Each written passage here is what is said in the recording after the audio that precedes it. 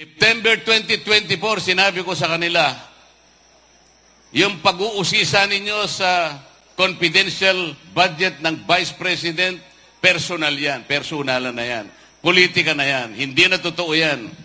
Hindi na inquiry in aid of legislation, hindi totoo yan. Ang gagawin ninyo, you will impeach the Vice President. Itaga mo sa bato. Nangyari po. Hindi totoo na kunwari gumagawa sila ng batas kaya sila nag-iimbestiga. Hindi po totoo yung huwag kayo maniwala. Sabi ko sa kanila, September 2024, you will impeach the Vice President. Ayun po yung ginawa nila. They impeach the Vice President. Quadcom, ang sabi ko, hindi ako sasama dyan. Hindi kayo gagawa ng batas. Hindi kayo tumawag ng napakaraming tao para magpatulong kayo sa kanila para magbalangkas tayo ng batas. Hindi totoo yan. You will crucify the former President of the Republic. Sabi nila, hindi namin gagawin. Nangyari po, totoo yan. Kapag ka po nanalo yung team na yon, tatanggalin po nila ang Vice President. Totoo po ito. Kapag po na sinabi ng mga kasama ko, 16 lang ang kailangan para tanggalin ang Vice President. Naghihintay po sila ng tamang panahon, akala nila mananalo sila at pag nanalo po talaga, tatanggalin nila ang Vice President. Paano ka ako gagawin ninyo? Inuusisa ninyo ang confidential funds ng Vice President. Tinanong ko yung COA, ilan po bang opisina ng ating pamahalaan ang merong confidential funds? Sabi po ng COA, 400 mahigit. Bakit 400 pala ang merong confidential funds at lahat naman ay naabisuhan ng COA na mag-submit ng ibang mga requirements to validate the utilization of the respective funds? Bakit naman ang opisina lang ng Vice President na tinarget nyo? Di magagalit ang mga tao, lalong-lalo na dito sa mga aldan, napakatalino ng mga tao rito. Mahalata tayo na namemersonal tayo. Isa lang po ang tinarget nila, the office of the Vice President. Yung pong mahigit na 400 kinalimutan. Hindi po totoo yung ginagawa nila. Then tinanong ko po, bakit tayo ang nag-o-audit? Kailan ka ako naging karapatan? Kailan naging tungkulin ng House of Representatives tayo mag-audit ng paggasta ng pera ng bayan? Kailan? Basahin natin kahit sa ang batas. Pakita nyo sa akin. Sasama ako sa inyo. Wala po silang maipakita. So tinanong ko ang COA, maliban sa inyo, sino pa ba ang merong mandato, merong authority na mag-audit ng pondo ng bayan? Sagot ng COA, wala na po. Bakit ninyo binigay yung mga records dito sa House of Representatives? Bakit sila ang gumagawa ng tungkulin ninyo? Paano po? Sinabpi na po kami.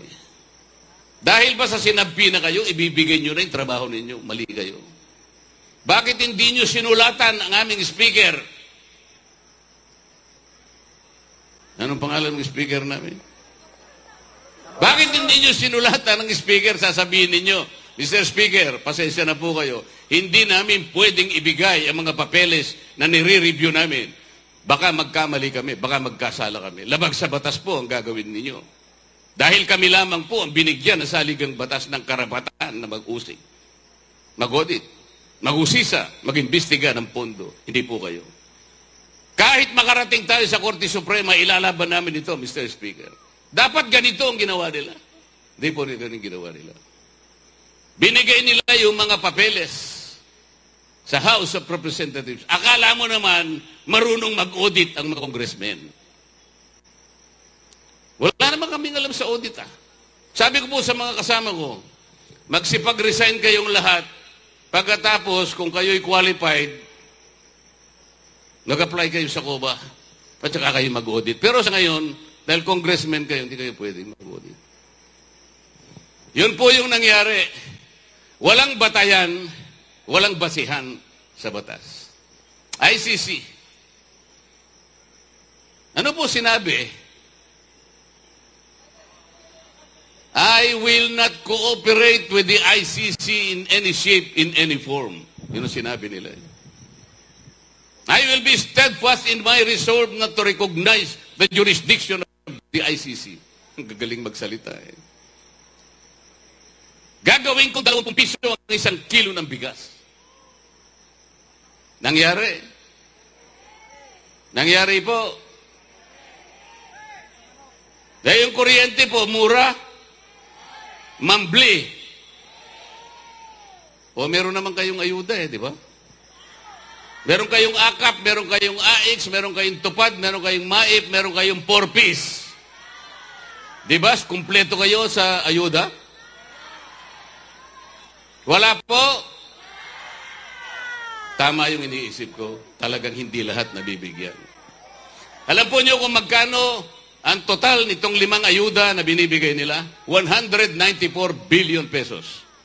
Ang dapat na nabibiyayaan, ang dapat na nabibigyan, hindi kukulangin sa 27 million na mahirap na Pilipino. Yun ang katumbas ng 194 billion. Ang dapat nabibigyan, hindi kukulangin sa 27 million na mahirap na Pilipino. Mangilan-ngilan lang ang binibigyan. Sa aking palagay, wala pang 10% ang nabibigyan sa 27 million Pilipinos. Dito, ilan po ang nabigyan? So, wala. Awan. Uray may isa, awan? O, paano ngayon yan? Saan napupunta yung 194 billion kung hindi naman lahat nabibigyan? Ganito na lang po ang gawin natin. Pag nanalo ang PDP laban, ito yung gagawin natin. Lahat po ng kumukonsumo ng 2,000 pesos na worth of electricity per month, pababa. Libre. Libre. Bakit po? Pag ginawa natin yun, ang masisilbihan natin, 27 million poor Filipinos. 2,000 pesos pababa. Wala pang korupsyon. Bakit? Diretso sa inyo Wala pang magpapapogi. Walang magpapasikat. Akala mo galing sa bulsa nila yung binibigay na. Hindi po kanila yun. Pera po ninyo yun, binibigay lang uli sa inyo. Sinusuli lang ang pera. Huwag kayong magpapasalamat sa kanila. Kunin po ninyo. Pandagdag din po yun sa inyong panggastos. Pero huwag kayong magpapasalamat. Ano pong gagawin natin? Marami na pong nagsalita kanina, sinasabi nila ang kalagayan ng ating bansa. Talaga pang totoo. Totoo po talaga. Nagdudugo na po ang ating bansa habang nag-uusap tayo ngayon. Ang utang po natin ngayon nasa halos 16 na trilyong piso na. Bakit hindi po magkakaganyan? Lahat na lamang po ayuda. Ang ayuda po ay pantulong lang sa emergency.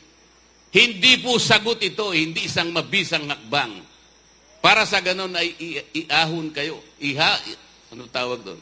Para kayo'y alisin sa pagiging mahirap. Hindi po yun ang paraan. Ang paraan po, kailangan maibaba natin ang presyo ng elektrisidad sa ating bansa.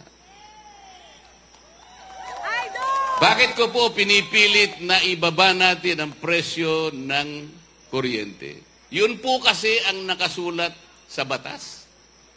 Yung pangunahing layunin po ng batas na ginawa 24 na taon nang nakararaan. Take note, 24 years ago, ginawa na po yung batas ng EPIRA. Ang nakalagay po doon, idulot nyo ang serbisyo ng kuryente sa bawat mamamayang Pilipino sa murang halaga. Hindi mambli, mura. Yun ang nakasulat sa batas. Kaya bakit after 24 years, baligtad ang nangyari? Ang singil ng kuryente sa ating bansa, ang pinakamataas sa buong Asia. So for 27 years, there is a continuing violation of the law. Wala pong nagbabantay. Wala po talaga. So sino pong pipiliin natin? Yung team na ang gusto hindi na makabalik dito, ang dating Pangulo, yung buong gusto nyo? Yung team na yun, ang gusto nila tanggalin ang Vice President kapag nakakuha sila ng maraming boto. Yan po ba ang gusto nyo? Yung PDP laban, siya lamang ang lalaban doon sa mga maitim na balakin na yun.